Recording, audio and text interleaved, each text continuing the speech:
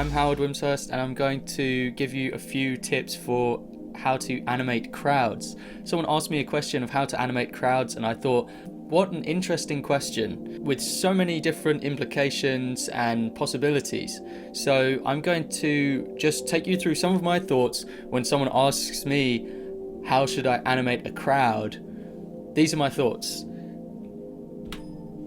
Okay, that didn't work. Alright, first point. Number one, do not animate a crowd. That would be my first piece of advice, is if you can possibly help it, they're very resource intensive. For every single character you have on the screen, that multiplies the amount of animation work that you have to do. So if you have 10 characters on the screen, that's 10 times the amount of animation work, potentially, until we get into the next hacks that I've got. It's better if you just don't have the problem of animating a crowd in the first place. So if you can, if you're the writer of your film, write the crowd scene out. If you're not the writer of your film, explain to whoever the writer is. The crowd scene in particular will massively increase the budget required, the time required, so that might make them think twice about animating that scene. If you really do need to animate a crowd, pick your shots wisely and get the maximum impact out of them. Make sure that scene really counts for something, and it's not something that can be edited out. With the following steps that I'm going to show you, the following ideas and techniques, it's really important that you use a digital method. That in itself will open up lots of time-saving possibilities, which you don't necessarily have if you're working in analog. Of course, with the films and the filmmakers who do put everything they can into their film, and even in these crowd scenes, I have nothing but respect and admiration for those filmmakers. It's incredible that they can do that. But for most of us, we don't necessarily have the resources to do that. And if we do have enough time to do that, maybe our time is actually better spent telling more stories instead of just like spending so much time on one crowd scene. So I think for a lot of us, it's not a good use of our time to spare no expense when it comes to crowd scenes. I just don't think that's a good idea. So the first sort of thought of mine is uniform characters. It's such a difference when animating uniform characters rather than non-uniform characters. So I always think of this shot in Return of the Jedi. If you look at these troopers here, now apparently the way they did this is that they had a sheet of film and they actually painted these in by hand onto the film, apparently. I might be wrong there. When I see that though, I see one of these and I just think, oh yeah, I can just take that character and duplicate him along these lines, easy peasy. And look at that, these uniformed characters, they look exactly the same. It's a compositor's dream. It's so easy. And you can just duplicate them along in that line. Hey presto, you've got yourself a crowd in a way. It's a military crowd. Uniformed characters are much, much easier, and you can duplicate them and all sorts of things. Number 3, this is so essential, guys. If you're animating a crowd, use sound to your advantage. If it's a stadium and the person's playing to a stadium, you could literally have, it's a rock star and he's playing to a crowd. You could actually just not have any shots of the crowd and just have the stage. Just be looking at the stage, and there's the guy rocking out on his guitar, and you just have the ambient sound of the crowd, and your mind fills in the gaps here. Another sort of thing you could do with that scenario is you could have it point to the crowd. So you could have him looking out over the crowd, but it's just really dark and there are just camera flashes everywhere. And you can just have the same camera flash, and you can just duplicate that camera flash and offset the timings, and it seems like there's a crowd. When you're making a film or you're making artwork of any kind, it's all an illusion really. And with animation especially, animation is all an illusion, and it's just about if you can sell that illusion to people for their mind to believe it, to keep the immersion there. As long as it keeps immersion, it doesn't matter if it's really there or if it's not. So you can think about all these different ways you can create these illusions, like the camera flashes, using ambient sound. Sound is really essential. Here's an interesting thought. This is a thought that came to mind when I was answering this question. I thought back to one of my early influences, one of the things I would watch every day on a Saturday morning. Pokemon. In a lot of ways, Pokemon was very smart in how they stretched their budget. I guess at the time they had a very low budget. Maybe times have changed now and they have a much higher budget. They can do more things with it. But back in the day, they were very frugal with the way they spent their animation time. And I really respect this now. I respect how innovative it is. But I think they do get joked about quite a lot as well, which is fine. So this scene is very interesting. First of all, the main thing of the Pokemon technique that I thought of is the fact that they will sort of paint or cell shade a single clip with a crowd, like, you know, in a still pose, just cheering, clapping, but they're not actually moving at all.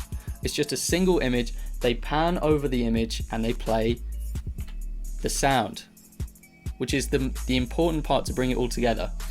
When I researched this further now, I actually realized that they took it a step further.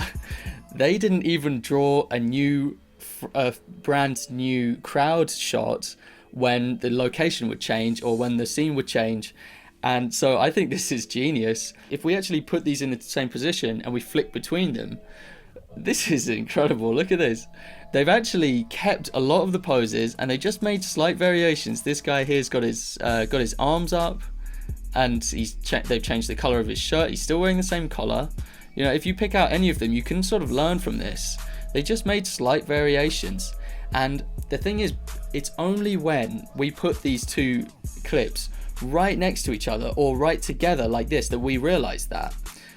Because our brains have ways of processing lots of information, and there's certain things you prioritize and certain things you just don't notice. So they actually got away with this and it was absolutely fine. It was only when someone with a really keen eye spotted it that people realized and were sort of laughing about it. But and so if you're making a series, Pokemon is perfect opportunity for this, because they're making a series and it's always set in the stadium. There's always a similar kind of crowd. So it was perfect for this kind of setting. A lot of these things are based on a specific scenario that you've written. So yeah, I just love that. I think it is pretty funny, and it's a very interesting insight into how animation studios can reduce their budget and keep their overheads low. So this is actually a personal example from mine, and it's an example which shows how to offset the timing and asset variations, building assets and then using them and varying those assets in a similar way that we've seen with the Pokemon technique. You'll see that there's a kind of similar theme running through all of these things. So this is an old film of mine. I made this years ago. I'm not exactly proud of everything about this, but I think this scene in particular does show an example of how even back when I was more of an amateur with this stuff and I didn't really know as much what I was doing, I still found a way to have this battle. The film is called Goliath, by the way. On board this giant Goliath vessel, to have a battle taking place with soldiers versus these robotic ninjas. I'll play that scene for you and... We're breaking in!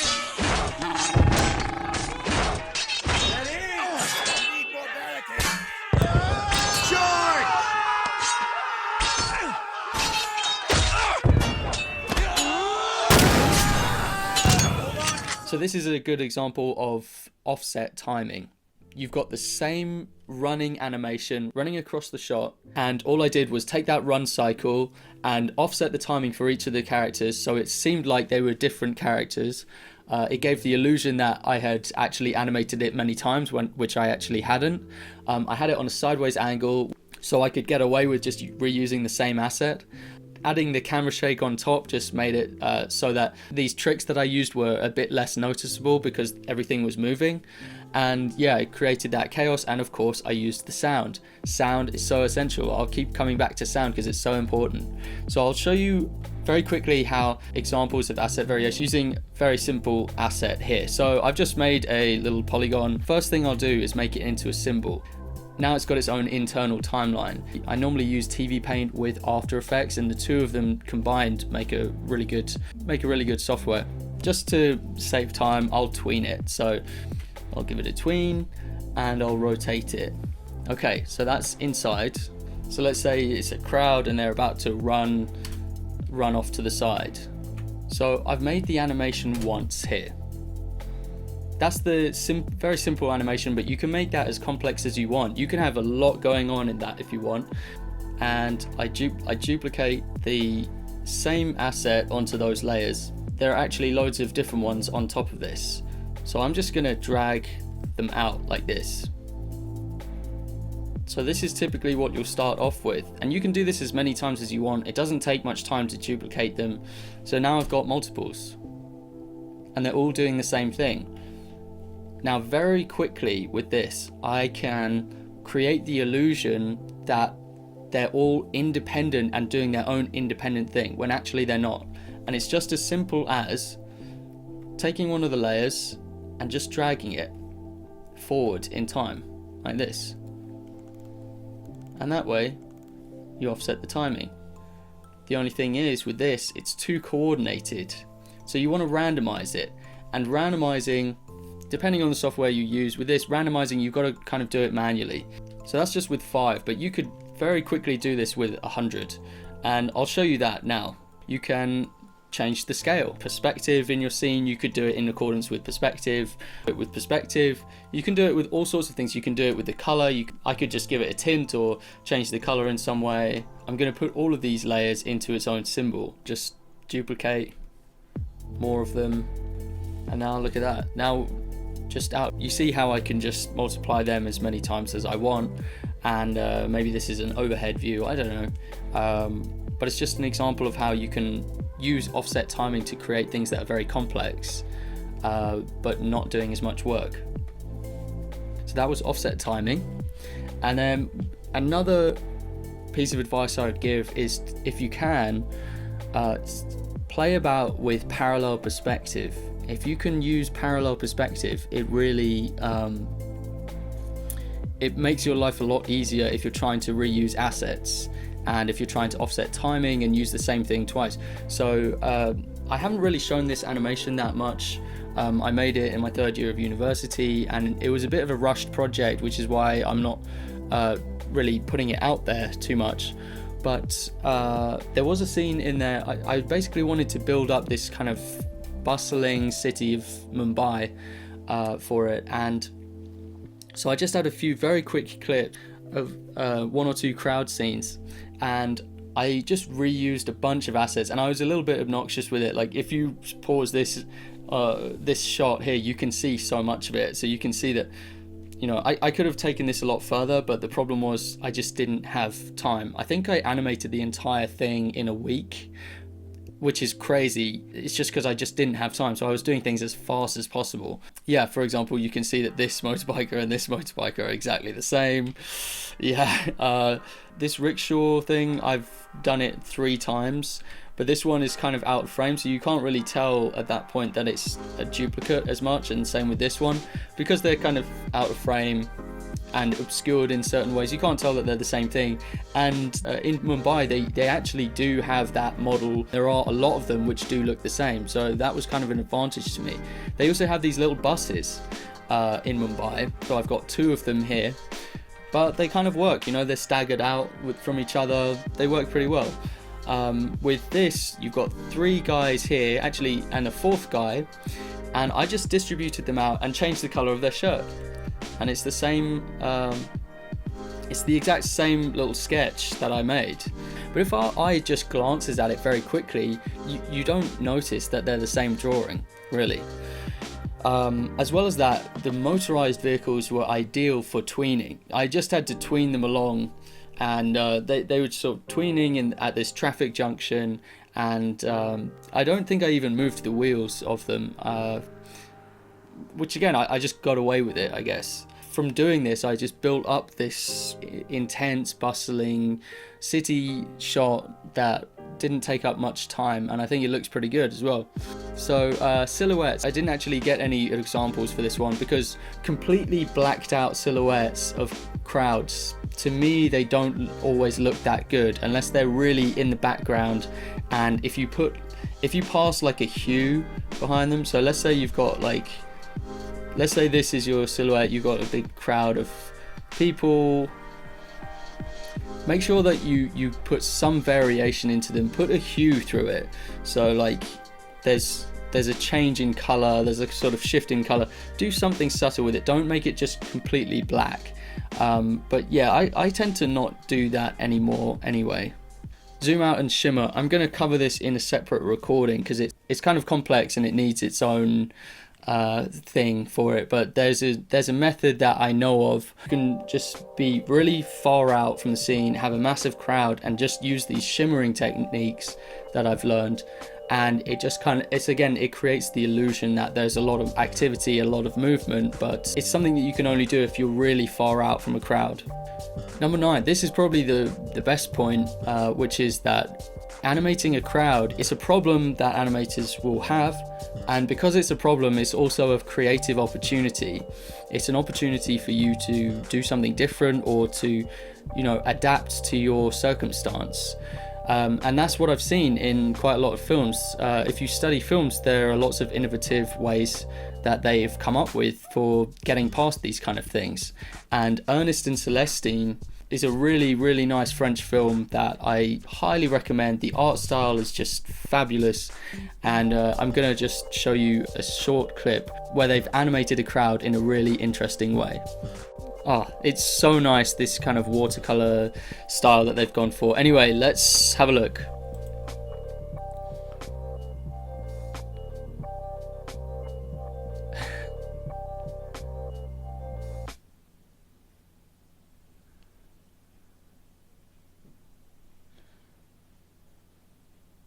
They've deliberately animated it like this sort of fluid mass. They start by coming out of all these individual holes, and the detail is really simplified on them so that they've got these cloaks on. I think the cloaks is a really good idea because it just means they can animate them quite simply with these as like a sort of circular blob, and they don't have to outline all the details. Really great time-saving device there, but also stylistically it works so well. And then they all sort of come together, and you can see that in areas where they mass together like that, they actually form one clump, and it's just the heads that you see as these sort of arrows which direct which way they're facing. Look at that. And this is one of the great things about watercolor that I love, is that you don't need to render everything. Like, they've actually rendered it so that you see the defining shadow there. It's actually acting as one object like that, and it works so well. Just the way they've animated that, it comes up and then it splashes down into two halves. It's great. It's really, really cool. And here again, they come together like that. Some of them have got these truncheons at the back.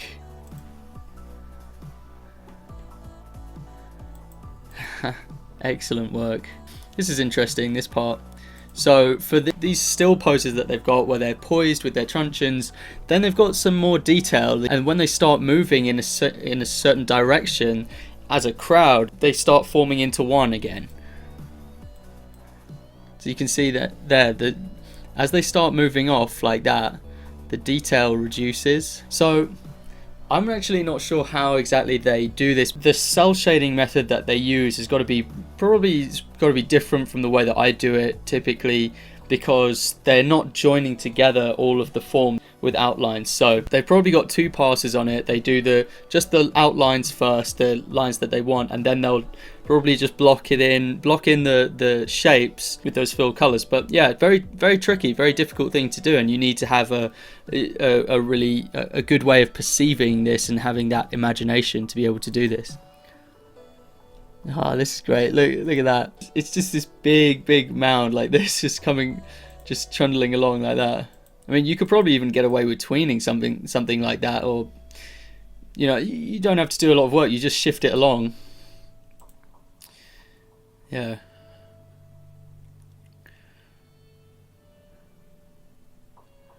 Brilliant animation. Look at that. That is just fantastic, man. They've made such an appealing animation here. Wow. See how they bank against the side there? Just like a fluid. Pouring in. Very creative solution to that. Still would require a lot of work to do that, but yeah, it's really interesting. Studying that film actually made me think of another short film that was done by Adam Phillips. So this is a short film by Adam Phillips. It's called The UU, and the main sort of antagonist here is like it's this crowd of shadow creatures, and then they all come together to form a big mass, a bit like smoke or dust. And so he's used his background in effects animation to create just a really interesting group of characters. This is what they look like before they all start moving. Yeah, and then they start moving off in this cool effects animation way. Yeah, so there are lots of possibilities out there that hopefully you can think of when it comes to your scene.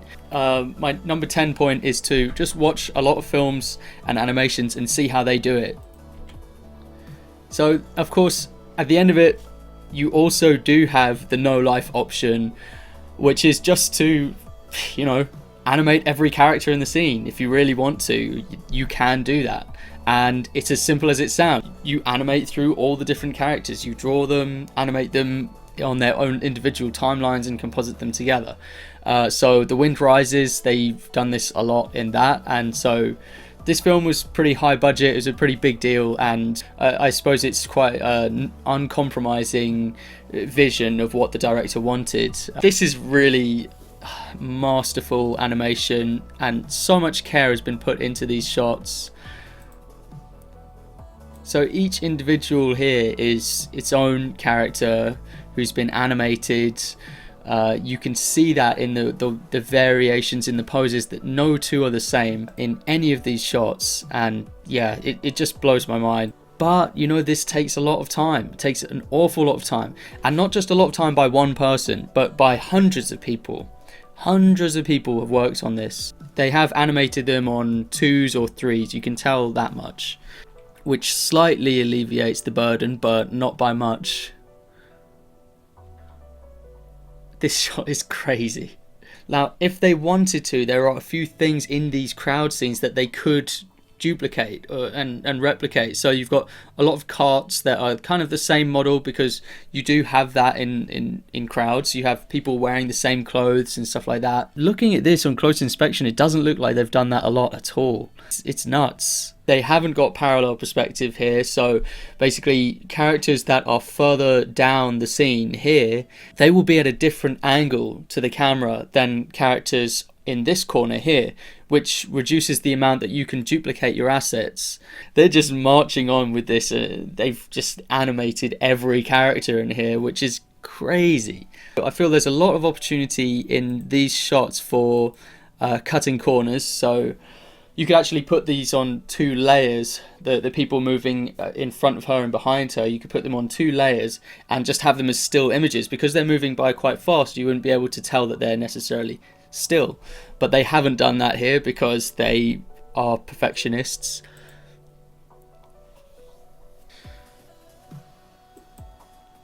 I can't watch the full thing, so I'll get emotional. One other example, I suppose, of just a film that just doesn't compromise on these things is Akira. It's one of those historic films where they just went all out with it. You know, each of these are individually drawn and animated, and they're different. Yeah, thanks for watching. I hope it helps you to create your own crowd scene. If you like the videos that I make on this channel, you can support the channel by going to my Patreon page and pledging an amount of your choosing. It really helps to support the show and for me to continue these videos. Also, we have the Animator Guild community Discord group. I think, depending on when I bring this out, there should be a new video up on there. And so basically this extra channel is for you guys, it's for the animators who watch this channel. So consider doing that. Links are in the description. I'll see you in the next video. Goodbye.